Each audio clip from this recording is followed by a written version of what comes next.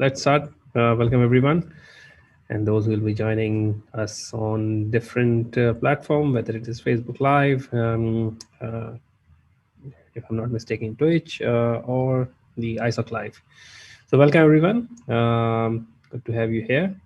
So we have, if you are part of the Asia Pacific region, and not necessarily just part of the Asia Pacific region, you should be aware of who we have on the panel. So we have we call it we have been calling it for quite some time, the partner in crime, Mr. Tashi. Tashi is APNIC training manager. So welcome on board, Tashi. Thanks, Aftab. Happy to be here. So how's everything going in the Sunshine Coast? All good, sir. A bit tired from yesterday's delivery, so yeah, business as usual. Business as usual. So Yes, the sir. topic we have selected today is more like understanding how. I mean, we all had issues last year, right? So it was not just we were facing the problem; it was a global issue. Mm, We still haven't solved the problem yet, but still things are getting better. So just wanted to understand from the community engagement and the capacity building perspective, how everybody coped up 2020 and how we are shaping up for the 2021. So I still remember last time we saw each other was in Melbourne, Capricorn, yes, and that was the last workshop we did. I was so you were conducting the RPKI deployathon. I was there. yes, sir. That was the last face-to-face meeting, and then everything just we went back home, and then things just uh, went sideways. So if you look back in 2020 and say how how many hours you had to put in, number one, to achieve the same goals what you were used to get through face-to-face meetings or workshops. Mhm. All right. Yeah, not too sure about the numbers, but yeah, we went back home after Apricot and stayed home. um, but yeah, good lessons for us in 2020. From a delivery point of view, I think it was quite a learning for me and the team um, together as a team. But it's good that APNIC also had the academy going. So my colleague Peter and his team, the fact that we had an academy meant we could push more courses online, and we could leverage that for prerequisites, not for doesn't substitute the delivery, but what it meant was when we do a short delivery or short session, we could rely on that as a prereq. So it meant we didn't have to do the same extended online delivery. Um, but yeah, challenging definitely. Speaking to a screen is never funny, nor is it enjoyable for the trainers. We couldn't, if it's a face to face, you have done it with us after in the past. We can draw from people in the room their energy. It's contagious. As people are more pumped up, you also tend to get a bit more energized and pumped up. But we lose that in online setting. You can barely see people once you have your slides open. You don't even see the chats that are coming in. So from a delivery point of view, it's not really ideal. And we could see that initially the interest was huge from participants for the first few months. But then gradually we could see the numbers decreasing, interest dying down, and maybe people are tired equally. And compared to a face-to-face, in the face-to-face, people can block their time. They're away from the office. Their bosses know that, colleagues know that. But in an online setting, maybe most of them are sitting at home or at their desk, and bosses and the family could drag them away from their desk easily. So yeah, a bit of everything, I would say. Yeah, I mean, exactly.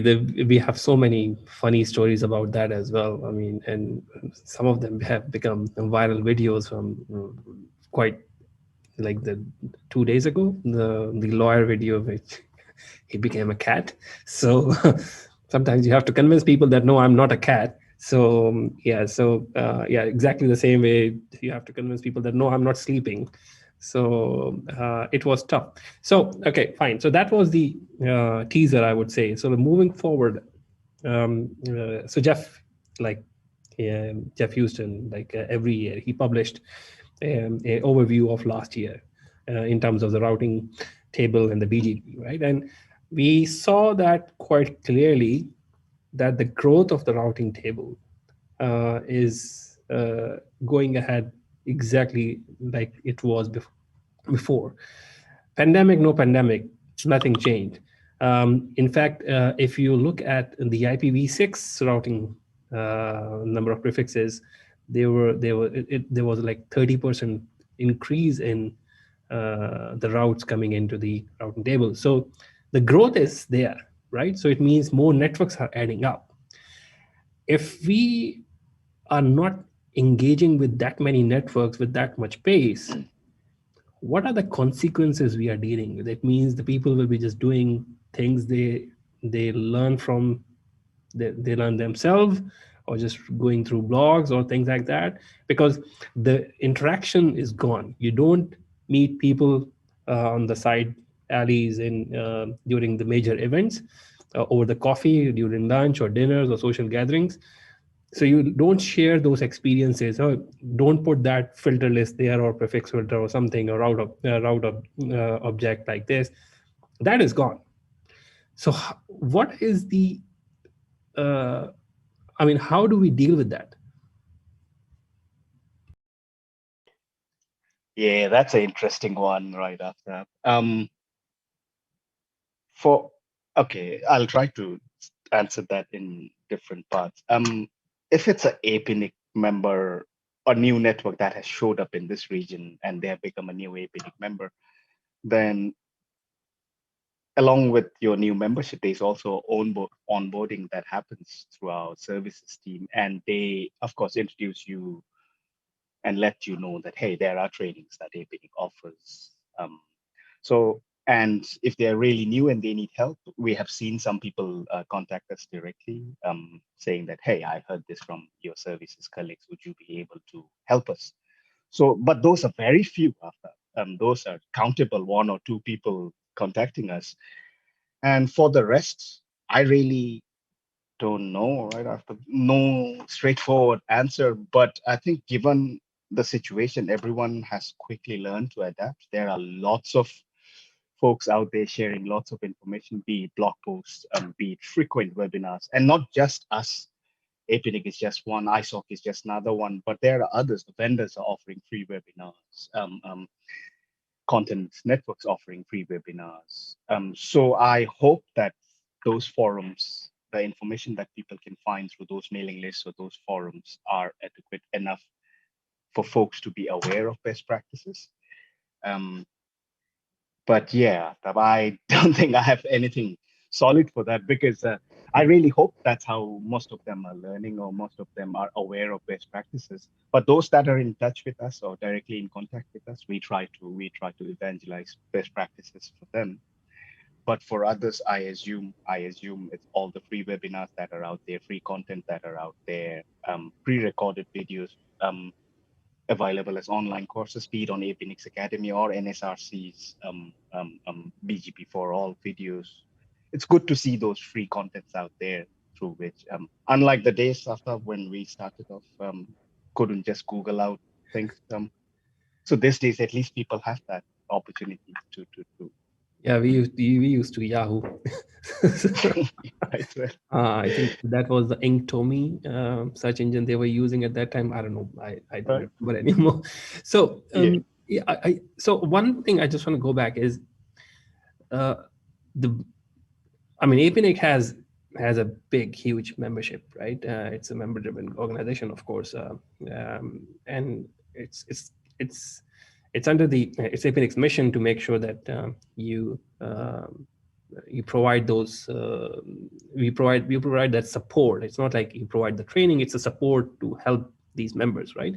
So I really like that thing that when you said whenever the new members sign up, we try to reach out to them. Hey, here is just like when a new employee joins in, they get a box of things, right, which has maybe a chocolate, but there are 20 other things which they should read before they start their job. So that is something really very interesting. If it is it something they have APNIC has implemented for every new member, or maybe we can start. I'm not sure if I don't think so. There's a policy requirement for that, but but APNIC can maybe quarterly or something say, by the way, here are the videos we have published this quarter or in last 6 months. Um, so what was the uptake? I would say, if you reached out to the new members, were they interested, or they say no, we know what we are doing? Yeah, so I think pre-COVID, new member onboarding is just, hey, you get this many trainings free, 2 slots free or something. But with online onboarding, I think our services colleagues go a few extra miles and say, hey, since you're new, you not only get your free trainings, because online it's pretty much free, whatever we deliver, no training fees there. Since it's already free, I think what they do is they just remind them that if you're stuck somewhere, here is our training team's contact details. Here are some of the courses that have been delivered so far. Here is the academy link. So I think that definitely is a good initiative from our services colleagues. But from an uptake after, like I was saying, although I think they do that, folks that have reached out to us are just few, very handful, 2 or 3 of them reached out to us saying that, hey, what are the best practices if I am to build a new network? Or from a design perspective, what is a good modular design or not? So only handful has contacted us, but in special economies, like example Timor-Leste, we have proactively initiated those sessions for them, for startups, because we know that's a very young country, a young economy. Engineers are also very young. The ecosystem is young. So for those kind of special economies, we hosted a dedicated session for startups. So me and my colleague Dave developed some new content around, if you're a new engineer who wants to start up a new ISP, what does it take? Not getting the address is the easiest part, I guess, but your last mile infra, your backbone design, how do you talk to upstreams? How do you select upstreams?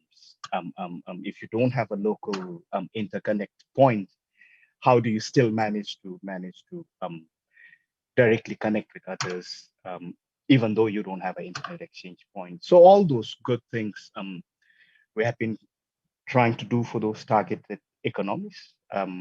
But at a wider scale, we haven't done it. But we have tried to identify those economies that might need a bit more handholding or a bit more help. And for those, yes, after we have done some targeted sessions for them. But yeah, 56 economies in this region becomes really difficult. Uh, and what we are seeing after, maybe I'm going a bit off the track here. What we are seeing is, like I was saying when we started off with your teaser question in the beginning, although we host online sessions, and if you look at our schedule last year, every week we were trying to host something. Registration is huge, 300 people register. But on the day of the session, we end up with 2 or 3 people. And the effort is the same for us at the back end, whether it's so and our efforts are based on, all right, 200 people, maybe 100 might show up. So the lab setups and all are ready for that much. And then only 4 people show up on the day of the delivery. So very confusing for us to even analyze and make sense of things. The registration shows there is interest, but then when people don't show up on the actual session, you're very confused. And of course, I and the team, we would like to give the benefit of doubt to the community. Maybe when they registered, they were available. They thought they would be available, but maybe on the day of the session, they just couldn't make it because of other priorities. So Yeah, so that is one of the question from our attendees from Fahad saying, what are the oh attendance ratio on site versus online, as most of the guys don't travel. So it's a good opportunity to take online session for those. So, but what you are yeah, saying yeah, is slightly different, right? exactly. So while it might seem that on one side, yes, from a logistics point of view, trainers don't have to travel across the region. We can deliver it remotely. People can And we try to schedule the same topic in 3 different time zones after. We look at Oceania, Southeast Asia, East Asia as one, and then South Asia time zone as one. Despite rotating topics in those 3 different time zones, like I said, in the beginning, there was good interest. I would have to say, good number always every week. But after a few months, we could see it dying down. So Fahad, really not sure what to make of it, because from our side, yes, I think we can keep hosting sessions. Even this year, we're going a bit heavy. In January, we hosted about 8. In February, went a bit more, 12. But if you want us to tell you the numbers don't really look promising. In some sessions, of course, the numbers look great. Maybe timing works great for everyone at that moment.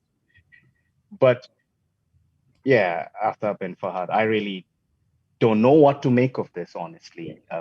So what we saw from the manners and the internet society point of view is, I mean, we don't do so much aggressive training like APNIC. So I mean, we don't Mhm. probably do it like twice a month, right?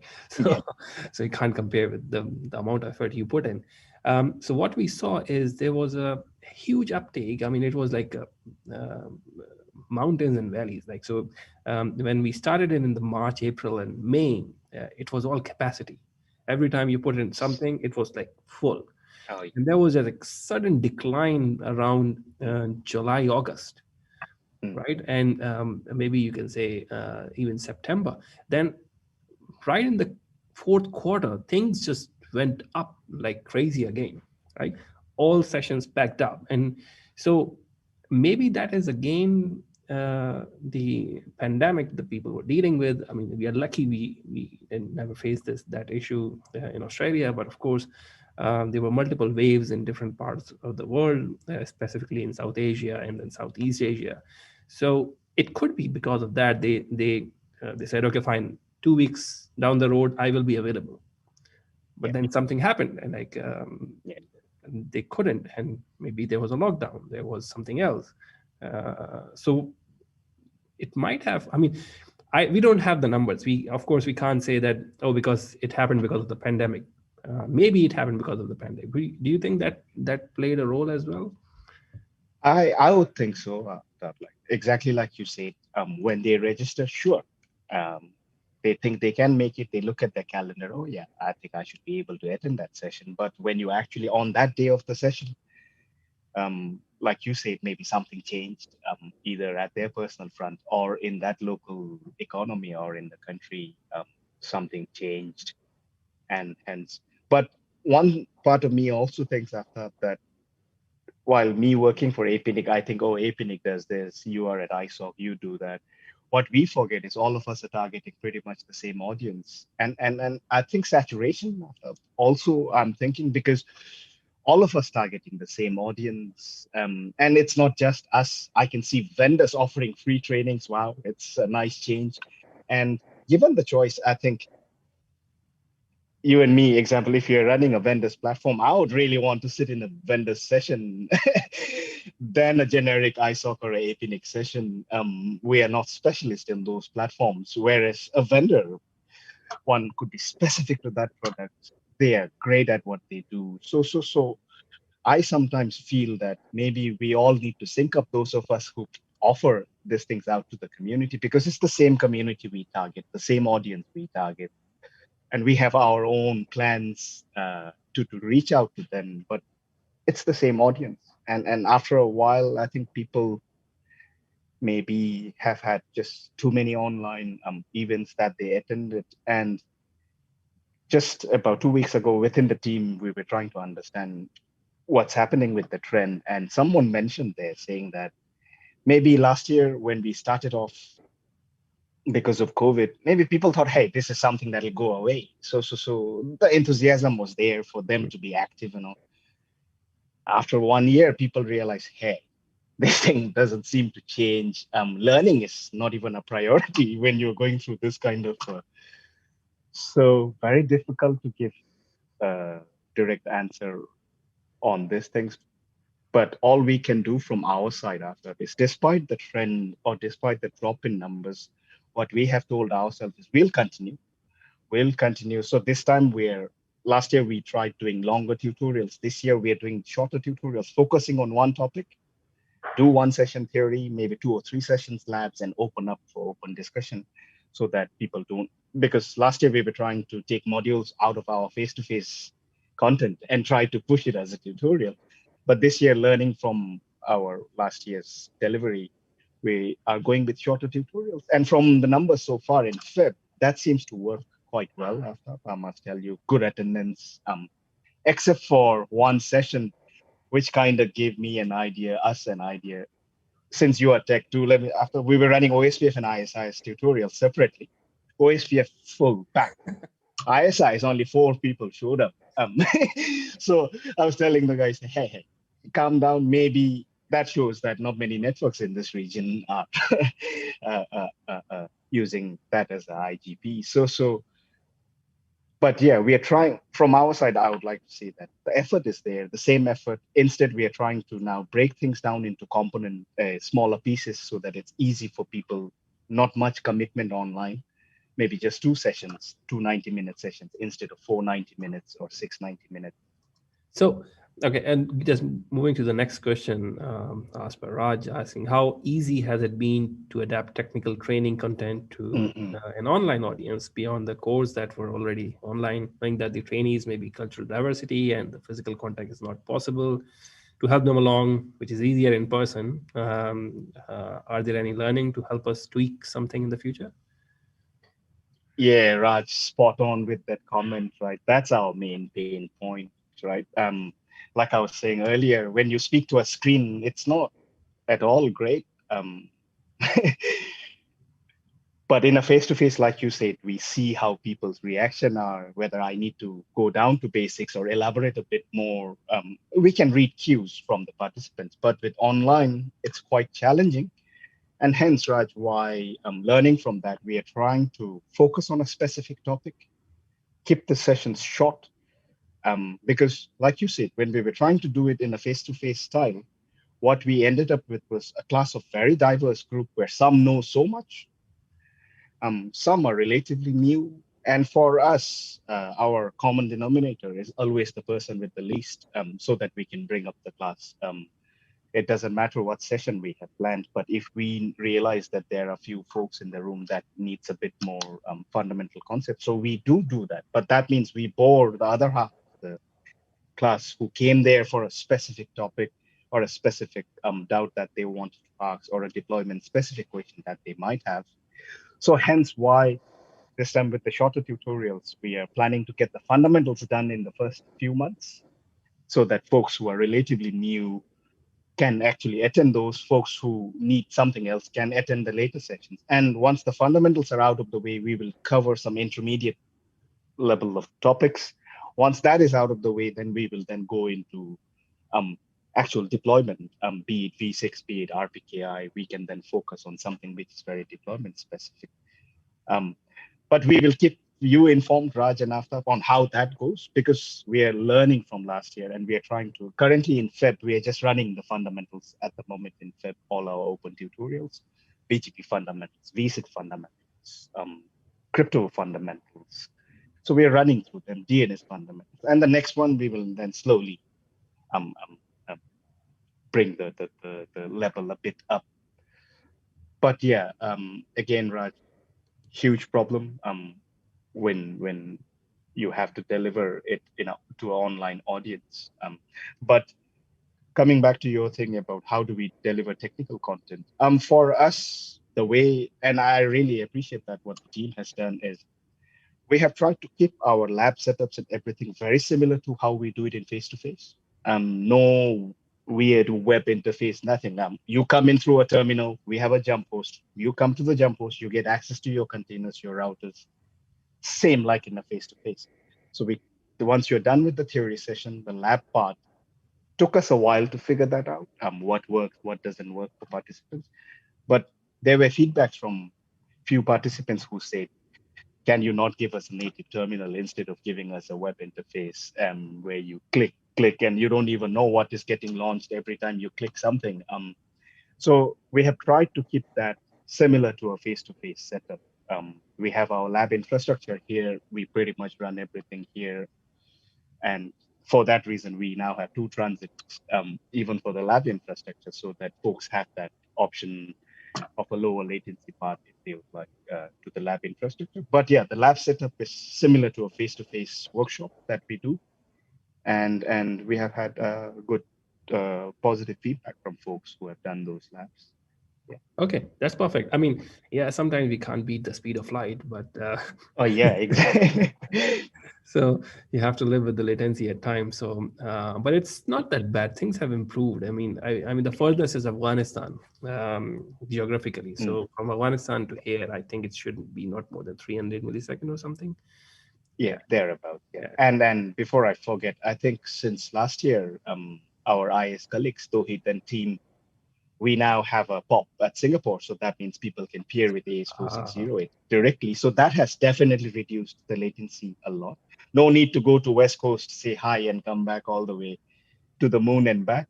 Previously, our latencies from South Asia was really bad, but after that POP setup in Singapore, most of South Asian networks peer with us directly there. So that has helped a lot, I must say. Okay, that's a good one. I mean, yeah, Yeah. that's the issue because even though you have to beat the speed of light, plus you have to beat the business decisions by some of the transit provider that they take your bits all the other on the other side of the planet and then bring it back. So you can't beat that because that's a business decision they have made. So yeah, that's good to hear that now you have a pop in Singapore, which definitely reduce the latency.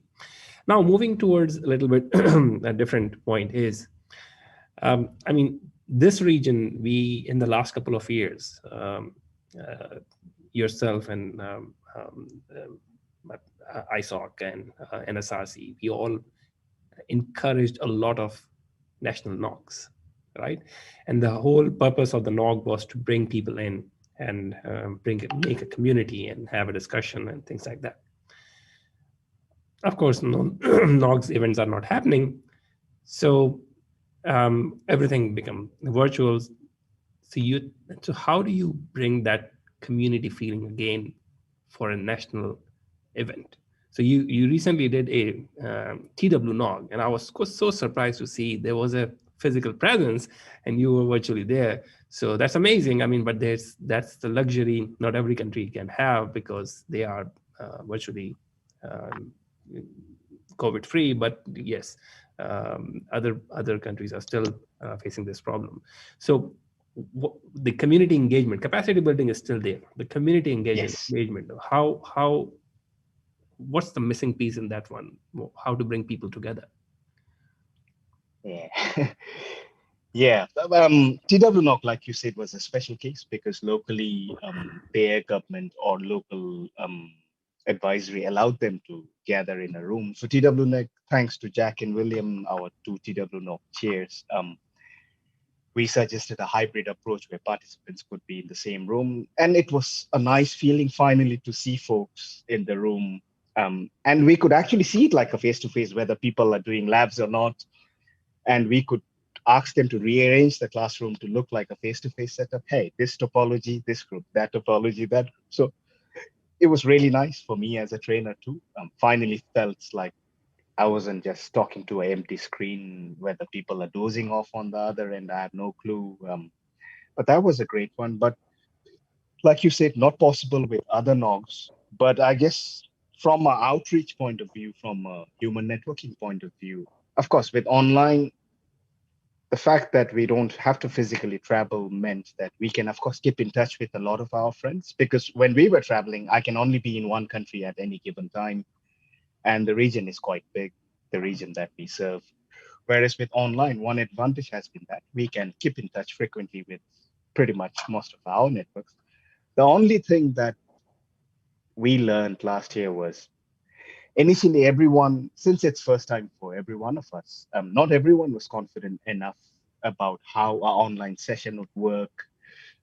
People didn't even know how to go about it. That's why we didn't see NOGs happening after Apricot pretty much last year. The two lucky ones were NZ NOG and Myanmar NOG that happened before Apricot. We got it up and running, but the other NOGs didn't happen.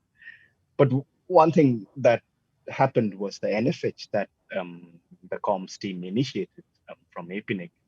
And during the NFH, as you're aware, after we reached out to all the NOGs, asked them if they would like to be involved, and 21 out of the 22 NOGs in the region said yes. I won't name the one NOG that didn't participate, but for special reason, I don't know. But 21 out of the 22 NOGs said yes, we would like to be involved. So that was a nice learning phase for them, because when we formed the program committee PCs for those NFH events, we made sure that the PCs for each sub-region was only the NOGs for those sub-regions involved in those PCs.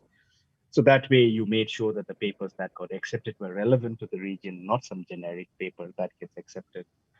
And that kind of helped those PC members who represent their own NOGs to get a bit of a confidence. And they kind of figured out, what are the issues with running online sessions? Because the first NFH was a big lesson, even for APNIC. We had Zoom bombers just showing up.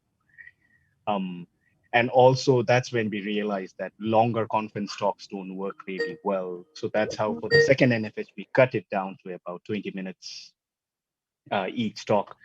So once the NFHs were done, there were a few NOGs who said, hey, we saw what NFH has done, so we would like to do it ourselves. So PH NOG went ahead that way. Then people like myself, we reached out to our friends, BT NOG, MN NOG, Mongolia NOG, and others and say, hey, we think it's doable. Let's give it a try. May work, may not work. But one thing that we found out after, which is quite unique, is when we were trying to help few newer NOGs like PNG NOG and even Bhutan NOG, BT NOG for that reason, for that matter. In terms of sponsorship, it was unique that the sponsorship request was, hey, can you please sponsor data packages for potential folks to connect in and attend the conference. So we made that as a part of fellowship. The first 20 registrants or people who ask questions, we will pay for your data package. So that's how some of the NOGs, BT NOG did that. I saw PNG NOG in Papua New Guinea, the newest NOG. They also went ahead with that. They asked for a sponsorship for data packages. So for folks who registered, the NOG actually gave them a data package, a mobile data package, which may be quite weird for folks in Australia and New Zealand. But for those of us who come from that part of the world, it's a genuine problem. I don't want to use up all my data, mobile data for a conference, which may add or may not add value to me. I would rather use that for Facebook or whatever. Yeah. But so all this subtle new changes to how sponsorship works, or where, because you don't spend money on other things in an online session, but it was quite interesting. I guess everyone was learning, just like us, even the NOGs were learning. And based on what we saw with few of those NOGs, and this year I'm looking forward to pretty much all the 21 NOGs. I don't know about that 22nd NOG, whether they'll do anything. But the 21 NOGs in our region, I'm very hopeful that it will go ahead, be it virtually. Where it's possible physically, I'm sure, like JNOG, it might happen. But where it's not possible physically, at least the virtual part, I guess.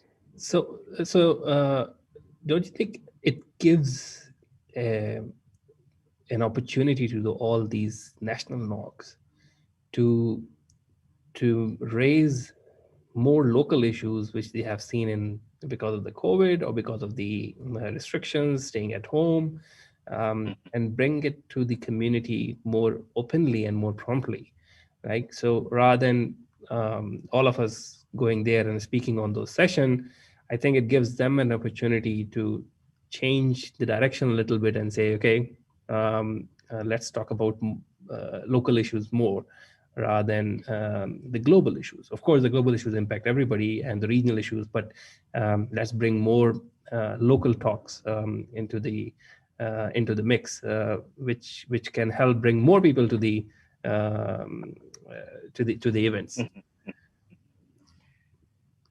That's a good point, right? And I think that's what we saw.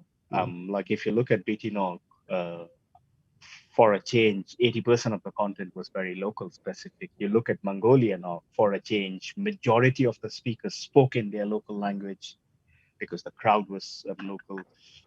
And except for few invited speakers, like you said, at least it gave people the opportunity to highlight the challenges that they, because I think with COVID, what we saw was in the NOC panel discussions, what we saw was infrastructure stress, bad quality of connectivity, and people could actually raise those during the panel discussions from the crowd or from the audience. People going like, "Hey, when can we have an affordable and a usable internet?" Some people say, "Here is a cheap internet, but it may not be usable." But you're right. People actually found out that the kind of service or quality that they were used to was not good enough, especially with this COVID when everyone is online. And it actually gave them an opportunity to discuss those things through their virtual NOG. I can again relate to Bhutan NOG because I was heavily involved with that. And most of the discussion was around that. How can we have affordable yet usable internet in poorer countries like Bhutan? Similarly, even the Iron NOG, Indian NOG that happened, I could see that most of the content were localized. Most of the speakers who spoke, they brought more locally relevant content. So yes, I think on one side, I kind of prefer the online one where people don't have to spend so much money to show up at a conference. Example for Apricot conferences or APNIC conferences, normally people would have to fly into those places. But when it's virtual, at least it gives people the opportunity to listen to those speakers without having to fly in. Um, so yeah, definitely something like you said, more local context. Yeah. Okay. So, okay, just going into the same direction is I agree that it is important to have these events. So national events, right? So because that you are um, if you are living in that country, all of a sudden you just say, okay, it's happening like in my time zone. They're talking about my things which are I'm concerned with. So let me be part of that and let me join that one. So maybe I mean, like the way you did, APNIC did NFH, uh, maybe a quite informal NFH in 2021, not that very formal. Okay, there is a program committee, there is a open call for it. No, we are doing something in Southeast Asia, and we'll be talking about XYZ from that many people in the region. So you're more than welcome. It's just a discussion. So that gave people, I mean, myself made sure that I joined all of the session. I'm not be able to join. Most likely, I'm not going to be joining the JNOG or MMNOG or any other NOG. But if it's happening a sub-regional event, most likely I'm going to be there.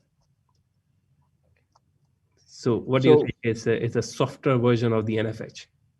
yeah, I think it's a good idea, right? Because again, like you said, I think we somehow need to definitely fill in that gap with bringing people together. Because I think with this pandemic, for me, the biggest impact has been that human networking component. Folks like you and me, and most of our industry folks learned through human networking. Um, and that opportunity is a missed opportunity. People don't get that chance to human network. Yes, or we can have tutorials and trainings, but that's just me and them. They don't get to hear other diverse opinions or other opinions on the same tech. So I think definitely we, whether it's APNIC or ISOC or anyone, but I think a sub-regional event, but a bit more casual, a bit more informal, definitely would make sense to bridge the gap. But I guess at this time of the year, maybe people are too busy with Apricot and looking forward to how Apricot might pan out. Um, and based on the learnings or the lessons learned from how Apricot goes, which is what the biggest tech conference in our parts of the world, if that goes well, and from the lessons learned, I think definitely a sub-regional event is definitely worth a try. And that's something I could, if the community, um, if the majority of the community says it's worth it, I think that's something that we can discuss internally and try to host Maybe something a bit more casual. Yeah. maybe we can do a joint survey with the community, asking, "Hey guys, Yes, what do you sir. think?" I mean, Yeah. more um, informal rather than Yeah. very formal, informal, bringing more people on the panel, like 6, 7 people just talking about stuff happened in that sub I region, I agree. right? I agree. So that I mean, sometimes it's if I cannot relate to what is happening in the region, it is not very important to me then, right? So things which are relatable, I mean, every sub-region has their own issues, right? So I mean, what's happening in South Asia is pretty much blanketly applied to the whole South Asia, right? To the whole of South. Because, yeah. Yeah. And I guess just to add to you that this events I think should also encourage a few more new faces. What I have seen, no offense to anyone in our community, it's usually the same faces that show up at our face-to-face conferences, right? Every year, some a bit fatter, some are a bit thinner, a bit grayer, a bit thick. But usually it's the same folks, same ideas, same debate, same arguments that shows up. But I think with this virtual events, we have this opportunity to let other tech people also shine, get that platform where they can share some of the good things or innovative things that they might be doing, which they wouldn't normally get if it's a face-to-face event, because they may not have the permission or the money to fly to those places, and it's a missed opportunity. But I guess us as a community together, I think we should encourage. There are really great tech minds out there who are silent, hidden, low profile, who do great tech work, but who really may not be a public facing person or may not enjoy the limelight. So I feel this is an opportunity. Should we do this kind of sub-regional events for a change? Let's give some new faces a chance. New face doesn't mean just give anyone a chance, but someone who does some good tech work out there to share their experiences. So that's what I was thinking, that if we do this, I think we have a great opportunity to allow some more people to shine and to Yeah, share. absolutely. I mean, so it's so the idea I'm just sharing is maybe it's just other people on who are listening can come up with more ideas and tell us that what we should be doing. So I'm raising my hand to do a joint survey, asking people, hey, what do you think about this? And say if that's gonna work, then we are happy to experiment. I mean, it's not gonna Mhm. cost other than the time which we Exactly. all are spending a lot. I mean, it's your evening, it's my evening. so, Yes, sir. so day is flat now. I mean, it doesn't matter whether Yeah. the sun is up or not. We have to respect the time zone for others as well. So it's yes, we can do that, but it's Cool. because the only thing which you highlighted quite rightly, which the pain point for me is not seeing the new faces coming up. I mean, I mean, we all came as newbie into this community, and I'm struggling to see the new faces Hmm. coming forward. We can curse how much we want to the pandemic, but we have to find the opportunity to help those newcomers Yes. find a way to get into this one. So I mean, this is the reality. It's not going to change, right? And we have to live with it for at least maybe this year, or I don't know for how long. So within this paradigm, we have to give them the opportunity. So it's, I mean, there's no right answer right now, but the people are Hmm. listening. So I would say, if Yeah. you do have a right answer, if you do have a right solution, please reach out to us. So what do you think can be done to encourage more newcomers? What do you think? Was that for me or for the audience? I mean, it's just for the whole audience. It's if Yeah. anybody Okay. wants to Yeah. jump Sure. in. I mean, I don't have the right answer, to be fair. Exactly. But if anybody has the right answer, you are most welcome to speak up, write down, or Yeah. ask anything. But it has to be done. Otherwise, we it's not, as a community we worked really hard in the region to bring a lot of faces Mhm. in front of the community, right? It was easier when we were in the same room. It is very difficult when you're looking at yourself on the screen, right? And most of the Yes. people have just turned off their videos, so it's really difficult. So Yeah, I mean, Fahad, if you are available for the opportunity, I mean, it's great to see. I mean, you are on the session. It's already almost an hour. You're already on the session and being part of it. So yes, that's the encouragement. But uh, we have to create a maybe a pyramid scheme, not the phony one, but the right one. Yeah, That you bring three people, only then you are allowed to present. So yeah, yeah, yeah. Yeah, I think after I think like you say, jokes aside, yeah, some innovative ideas to encourage new faces. By new faces, we don't mean just a newbie, right? New faces means there are so many senior engineers hidden out there in our region, and this is one of the biggest region in terms of population. The APAC region pretty much has one third the world's population, or even more than that. So I'm sure there are talent out there um, that not only benefits them, also benefits us as a wider community. We could tap onto them, we could learn from them, interesting stuff that they do. So when we deliver tutorials and online trainings after me and my fellow trainers, we try and identify folks in the room. Um, there are some folks who are very shy to ask questions, but they do type the questions in an open document we have created for anonymous typing. But sometimes we ask, hey, that's an interesting question. Who asked that? And someone raises their hand and we say, like, why are you shy? That's a very beautiful question. So I think those of us who do this quite frequent online deliveries or interaction, I think we should also keep identifying those potential gems that are hidden out there in the community.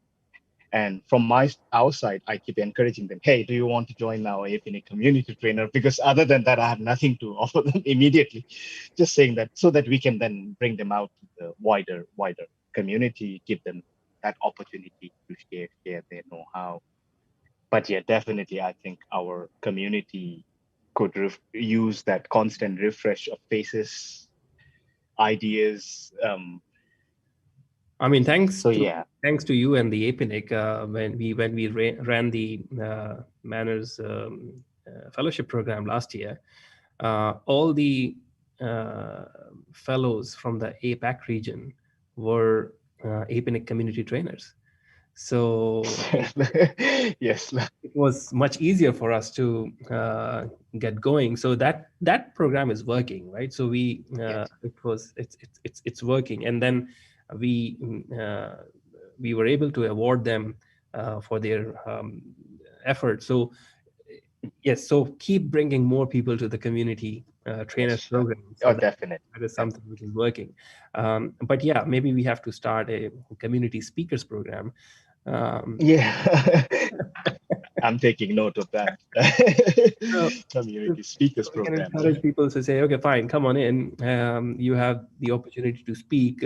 Maybe Zoom speaking training can be provided, right? Exactly, exactly.